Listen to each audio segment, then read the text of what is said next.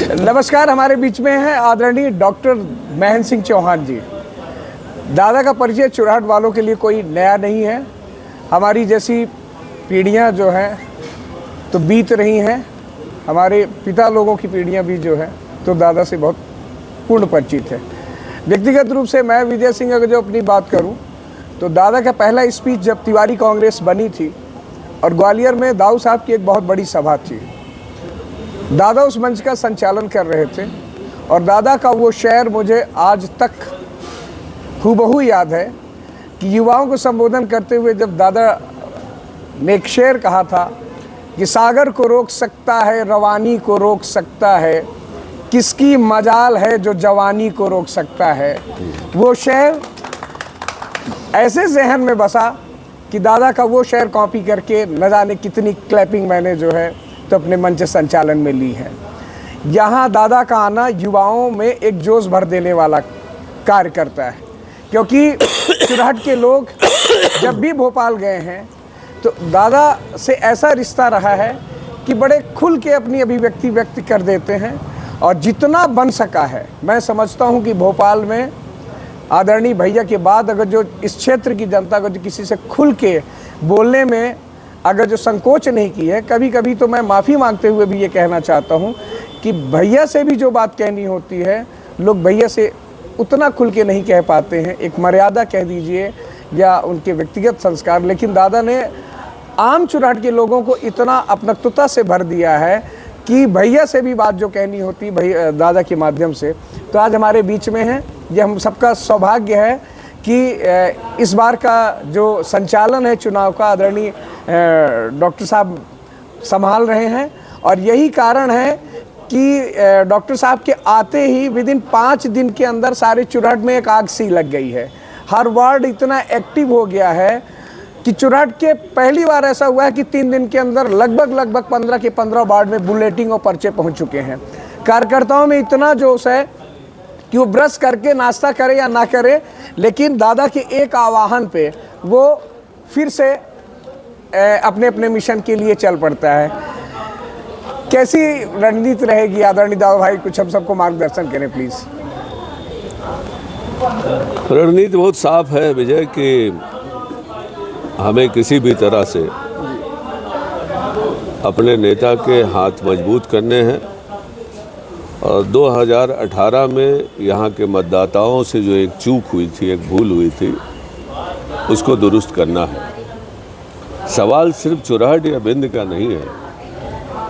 मध्य प्रदेश के तमाम लोगों की आशा के केंद्र बिंदु हैं राहुल भैया, और पिछले चुनाव के जो परिणाम थे उससे भैया के चाहने वालों में घोर निराशा हुई थी और लोग अवसाद में थे।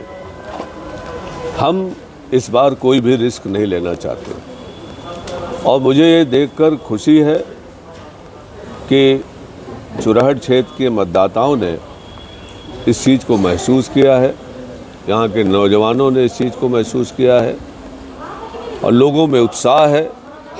वो पिछली गलती से सबक लेते हुए इस बार भारी जोश के साथ वो भैया के चुनाव प्रचार में लगे हैं। आदरणीय कमलनाथ जी ने जो अपना घोषणा पत्र कांग्रेस का जारी किया है वो भी जनता में अपनी अलग एक पहचान बना रहा है और जनहित की जो योजनाएं हम सरकार बनने के बाद लाने वाले हैं उसको लेकर भी लोगों में उत्साह है।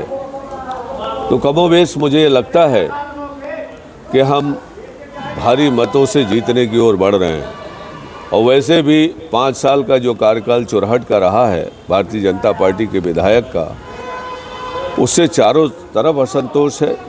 हर वर्ग का आदमी नाराज है। लोगों को प्रताड़ित करने, पुलिस का दुरुपयोग करना, प्रशासन का दुरुपयोग करना यहाँ का एक सगल बन गया 5 साल में। लोग इससे निजात पाना चाहते हैं और चुराहट तैयार है और हम लोग भी तैयार हैं कि राहुल भैया को भारी मतों से विजयी बनाकर कमलनाथ जी के नेतृत्व में कांग्रेस की सरकार बनाने में आगे बढ़े। जी दादा, एक बात और, मैं चूँकि आपसे बात करने में मुझे बहुत ज़्यादा हेजिटेशन महसूस होती है, लेकिन एक बात मैं और कि वो कौन सी आपके अंदर पॉजिटिव एनर्जी है कि हर जगह सिर्फ आपकी ही पुकार रहती है। 5 दिन के अंदर आपने वो कौन सा ऐसा मंत्र आपने यहाँ के युवाओं के अंदर जागृत किया कि वो सब कुछ भूल के बिल्कुल तूफान की तरह लग गए? वो ये सब भैया का स्नेह है, आशीर्वाद है जी और मैं तो अपने आप को निष्ठावान कार्यकर्ता मानता हूँ। मेरा खुद का एक शेर है कि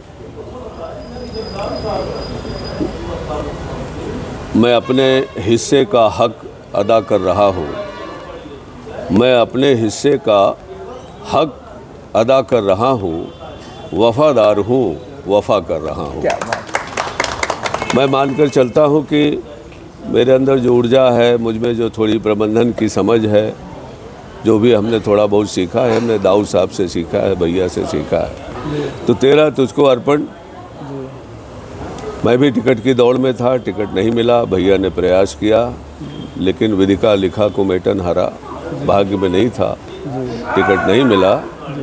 तो मैंने ज़्यादा दिन प्रतीक्षा नहीं की, 5-6 दिन भी हमारे लिए बड़े पीड़ा के रहे।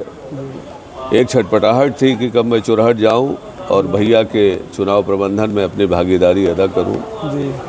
और मैं समझता हूं कि 15 को पहली सूची आई थी, उसमें मेरा नाम नहीं था और 25 तारीख को मैं 25 की शाम को चुरहट में था।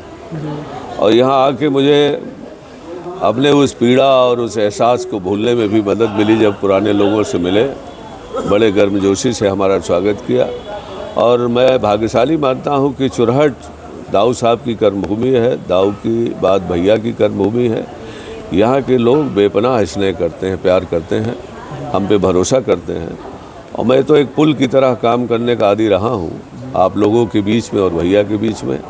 संकोच जहाँ शुरू होता है वहाँ से मैं अभिव्यक्ति की लड़ाई शुरू करता हूँ, मैं ये मान के चलता हूँ। और भैया के मैं किसी काम आ सकूँ या आ रहा हूँ, तो मैं अपना सौभाग्य मानता हूँ। तो आप थे डॉक्टर महेंद्र सिंह चौहान जी। मैं एक परिचय और बता दूं कि आप वही डॉक्टर महेंद्र सिंह चौहान जी हैं जिन्होंने बुधनी से सीएम शिवराज सिंह चौहान जी के गृहग्राम में जाके उनको वहाँ पे ललकारे थे और अच्छा खासा लोगों का सपोर्ट डॉक्टर साहब को प्राप्त हुआ था।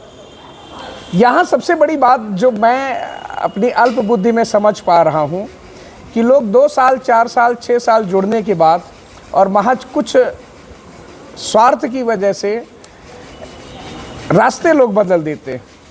हम सब देख रहे हैं, जब से मैं जानने लायक हुआ हूँ तब से मैं आदरणीय डॉक्टर साहब को राहुल भैया के साथ में हमेशा देखा हूँ।